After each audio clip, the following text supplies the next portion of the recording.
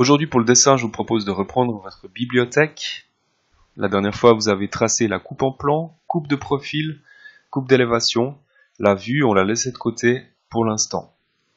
Ce que je vous propose, c'est de reprendre chacune de ces coupes, d'abord sur SketchUp et puis ensuite sur AutoCAD. Donc pour la coupe en plan, c'est la bibliothèque qui est coupée en deux sur un plan parallèle au sol. On avait donc des côtés avec une battue suffisamment large pour pouvoir accueillir une vis qui permettra la fixation du dos.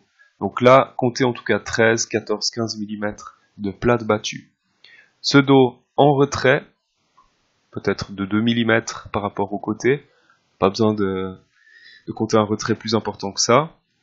Et puis à l'avant, un cadre applique avec des cannelures. Ces cannelures, on les dessinera uniquement sur les détails de construction. Et c'est à peu près tout pour cette coupe en plan. Donc sur AutoCAD, qu'est-ce que ça donne? Première chose, c'est toujours introduire les codes totales. Là, on avait une largeur de 700, pour une profondeur de 300, Enter. À l'avant, je clique, j'indique 60 de large, 24 d'épais pour le cadre applique.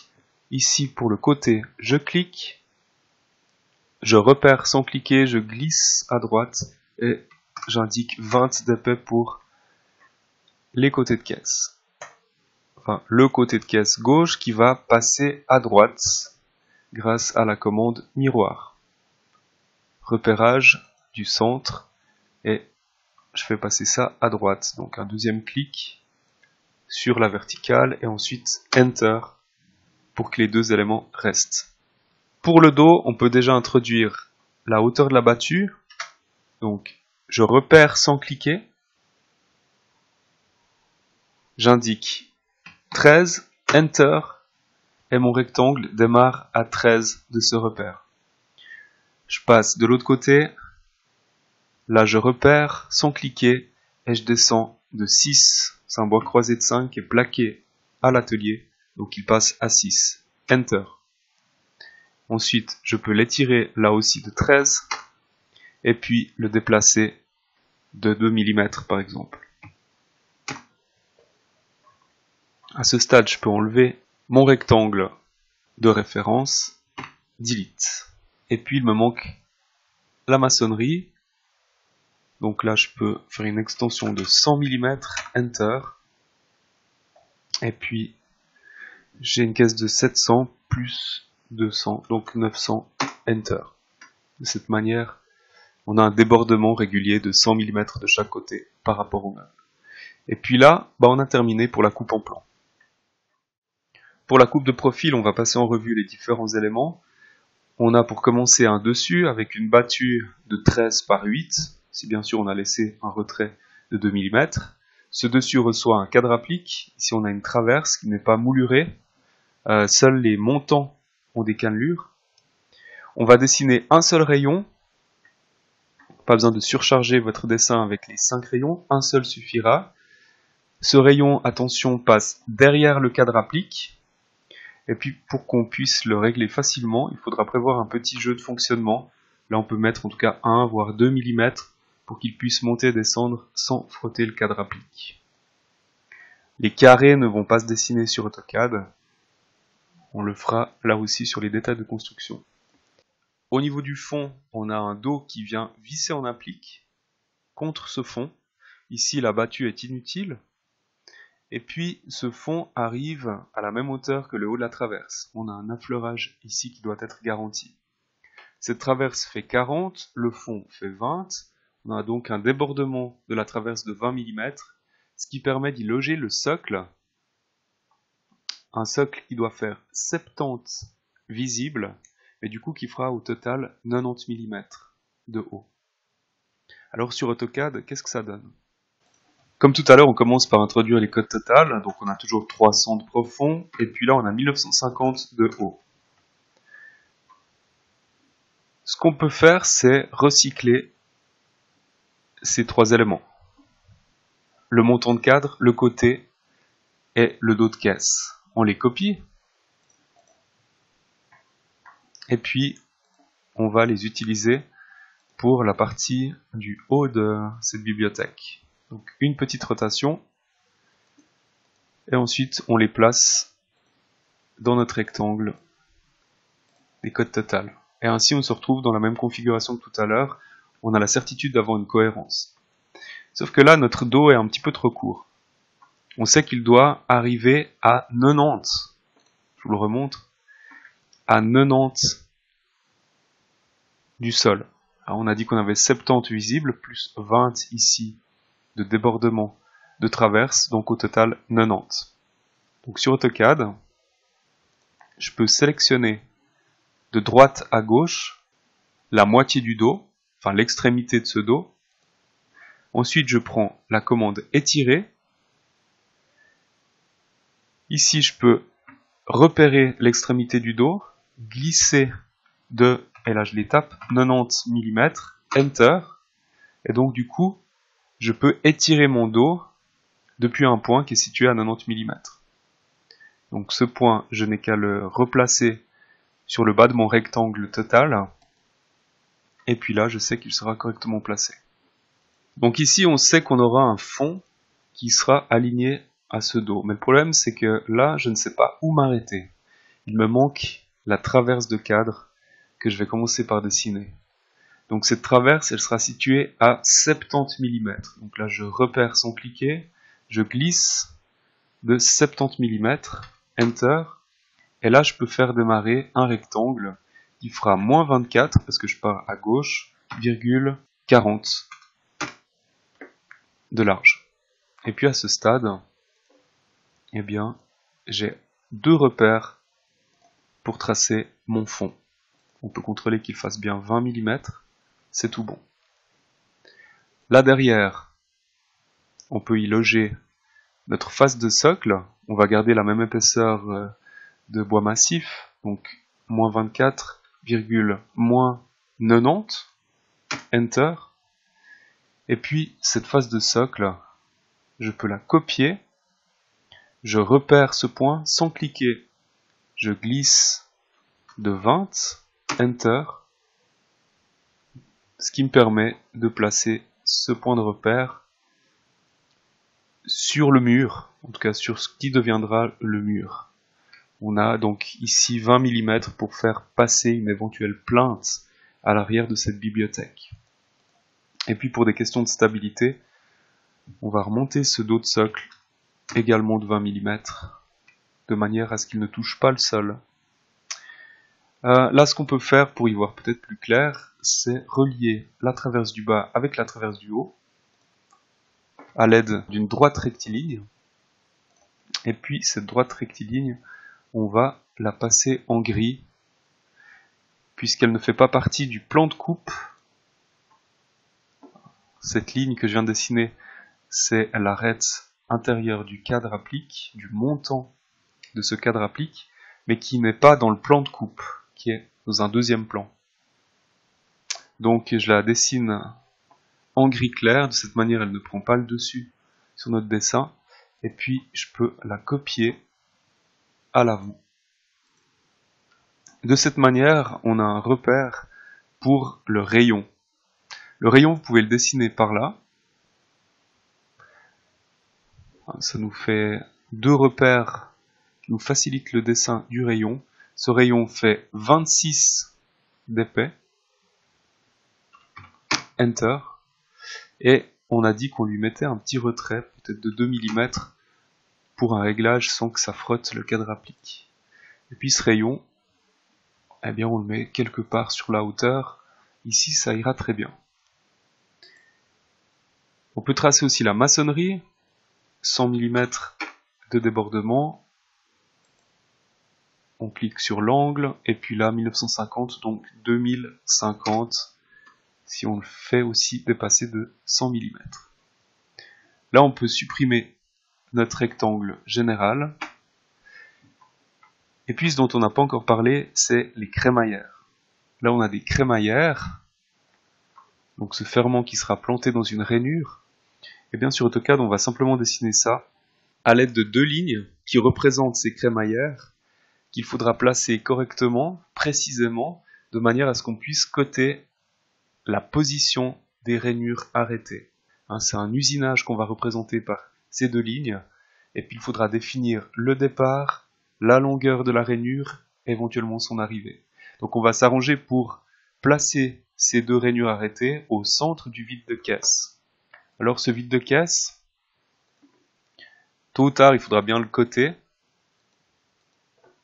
Donc ce vide de caisse, il est pris entre le dessus et entre le fond. Et grâce à cette cote de 1820, on va pouvoir placer deux lignes. Voilà, là j'ai 1650, il faudra que je les redessine. Je peux dessiner deux lignes de 1650 à une certaine distance. Là on peut mettre allez, 30 mm. 1650, Enter. Voilà la longueur totale de ma rainure, sauf que là je vais la centrer, et puis je peux la centrer en prenant son centre, logiquement, et puis en venant repérer, à l'aide du centre de cette cote de 1820, sa position en hauteur. Et là j'ai la garantie d'avoir un début, 85, et une arrivée, 85 aussi, parfaitement symétrique. Donc là j'avais 30, je peux faire une symétrie, donc miroir, à l'aide du fond,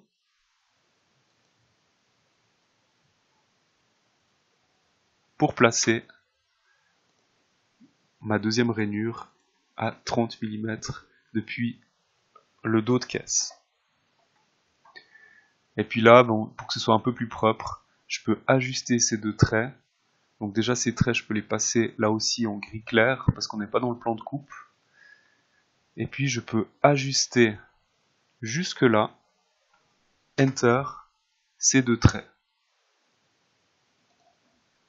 Voilà, puis comme ça on est quand même un petit peu plus propre. Et puis ces crémaillères, eh bien on va déterminer leur départ.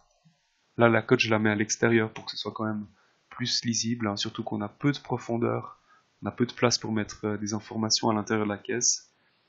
Sa longueur, et puis on peut s'arrêter là. Deux cotes suffiront. Donc voilà pour la coupe de profil. Puis maintenant pour la coupe en élévation, eh bien on va tirer toute une série de traits de construction. Donc là si vous avez un problème de traits de construction qui partent dans tous les sens, vous en tracez un vertical, un autre horizontal à l'extérieur de vos éléments, et puis il n'y a plus qu'à les copier. Donc là on va simplement reporter les côtés de caisse, et puis là on fera pareil pour le profil, dessus de caisse, le rayon, le fond de caisse, et puis le sol. Puis là on a un quadrillage qui permet très rapidement de tracer le dessus,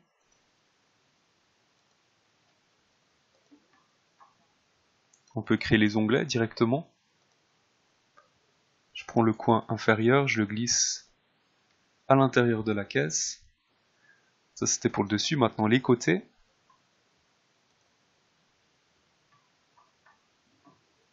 Même chose, je dois tracer un onglet.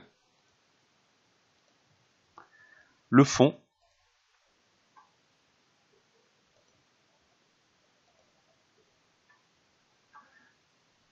Ce côté, on peut le passer à droite, grâce au fond. Symétrie. Le rayon, alors attention là on va laisser un jeu un peu plus important parce que la crémaillère a une certaine épaisseur. La crémaillère est en appli contre la caisse, donc là on a un tout petit millimètre, donc il faudra peut-être prévoir 2 mm de jeu de chaque côté de ce rayon. Donc je repère, sans cliquer, je glisse, 2, Enter, et là j'ai directement les jeux qui apparaissent. Ici on a notre face de socle qui peut devenir côté de socle. Et ce côté de socle, qui est ici à droite, va passer à gauche. On pourra aussi réutiliser le mur pour en faire un sol. Donc voilà pour le report des traits. Mais attention, ici, il y a un petit problème.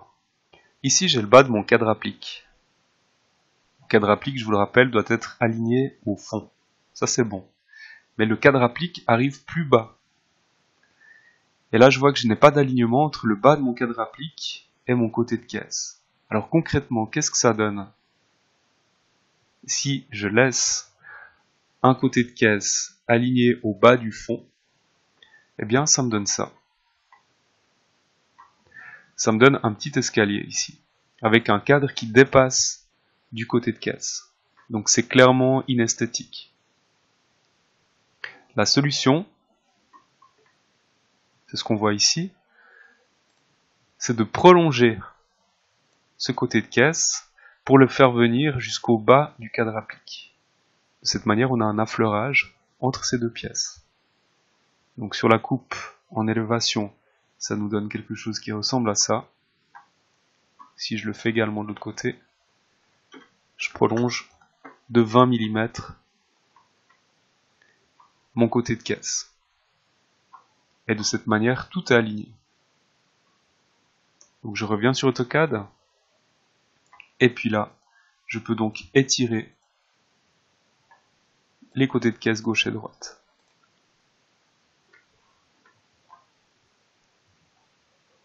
Donc voilà ce que vous pouviez faire la dernière fois. Vous en êtes là. Je vous laisse reprendre votre plan. Vous pouvez faire les modifications si elles s'imposent. Et puis à partir de là, continuer le plan. C'est-à-dire faire une vue. La vue, on peut déjà la construire là-dessus. On peut très bien tracer le contour de la caisse et puis le contour du socle. On peut aussi retracer une ligne de maçonnerie sur celle qui est existante, sélectionner ces trois éléments et puis déplacer tout ça à gauche. Là, notre cadre applique, il a des éléments qui, pour la plupart, font 60. On peut utiliser la commande décaler. On me demande la distance de décalage, on peut indiquer donc 60, Enter. Utiliser ce rectangle pour le décaler à l'intérieur. Juste ici, on n'a pas 60, mais on a 40, donc on le prolonge de 20 mm.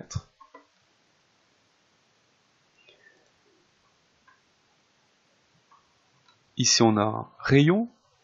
Ce rayon, on peut le copier depuis un point qu'on retrouvera ici et le réduire comme cela. On pourrait indiquer les arasements. Là aussi, pour pas que ça prenne le dessus, en gris clair. Une fois à gauche, une fois à droite. La même chose en haut. On peut les prolonger. Je sélectionne la moitié. Je prends la commande étirer. Je clique et je reclique. Là, on a des cannelures. 3 cannelures à placer sur la largeur du montant.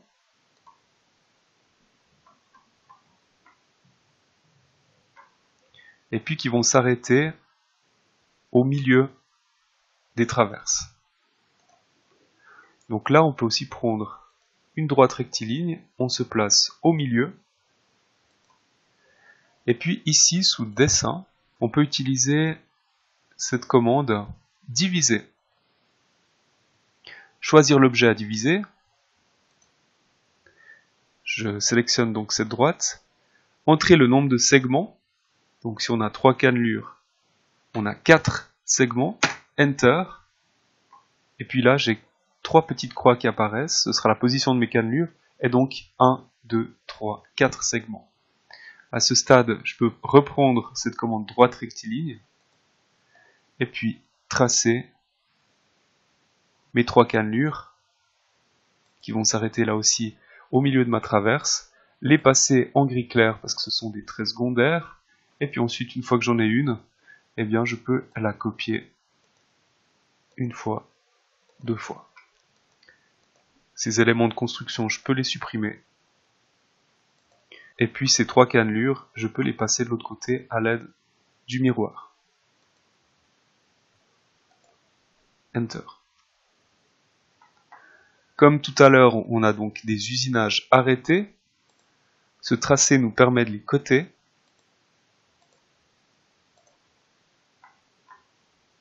On aura donc des infos pour usiner ces montants. Voilà, à ce stade, je vous laisse reprendre votre dessin, le compléter, typiquement les lignes pour les crémaillères, pour les cannelures, faire la vue aussi, placer les désignations de coupe, donc les flèches AA, BB, etc.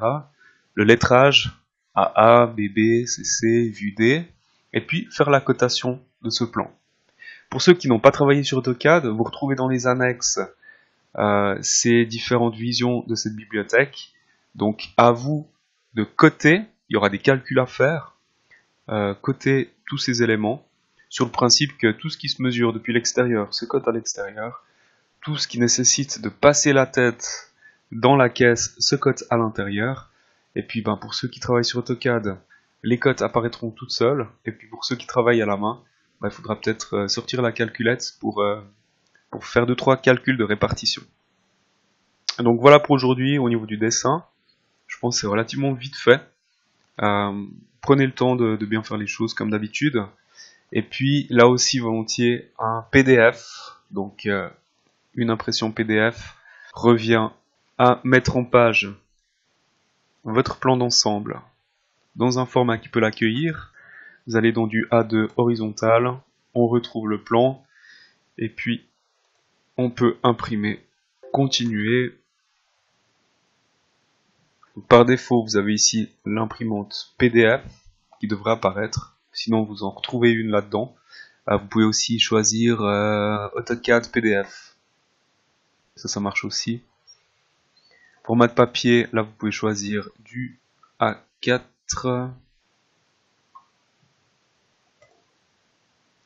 Il faudra cliquer à la taille du papier pour l'échelle du tracé, mettre à l'échelle l'épaisseur des lignes, on peut faire un aperçu. Et puis là, vous pouvez imprimer.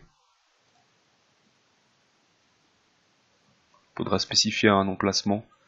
Puis ensuite, vous générez un PDF en cliquant sur enregistrer. Et puis ce PDF, vous pouvez ensuite le glisser sur Moodle. Voilà. Donc, courage et bon travail.